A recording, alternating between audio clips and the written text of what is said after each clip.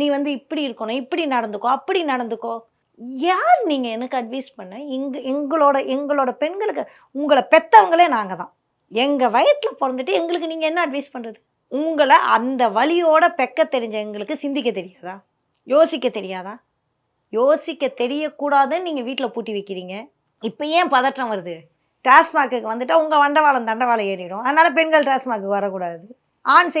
ஆணுக்கு செய்யக்கூடிய சுதந்திரம்னு நீங்க எதெல்லாம் சரின்னு நீங்க இந்த சமூகம் ஒத்துக்குதோ, அதெல்லாம் பெண்ணும் செஞ்சுட்டு போட்டுமே. உங்களுக்கு என்ன வலிக்குது?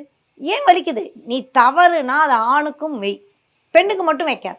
நீ ஊரெல்லாம் டாஸ்மாக் வச்சு குடிக்கிறது சரி அப்படின்னு நீ நினைச்சேன்னா, அதில் பெண்ணுக்கும் தனியாக 50% இடத்த ஒதுக்கு. இல்லாட்டி டாஸ்மாக்க மூடி வை. ஓகேவா?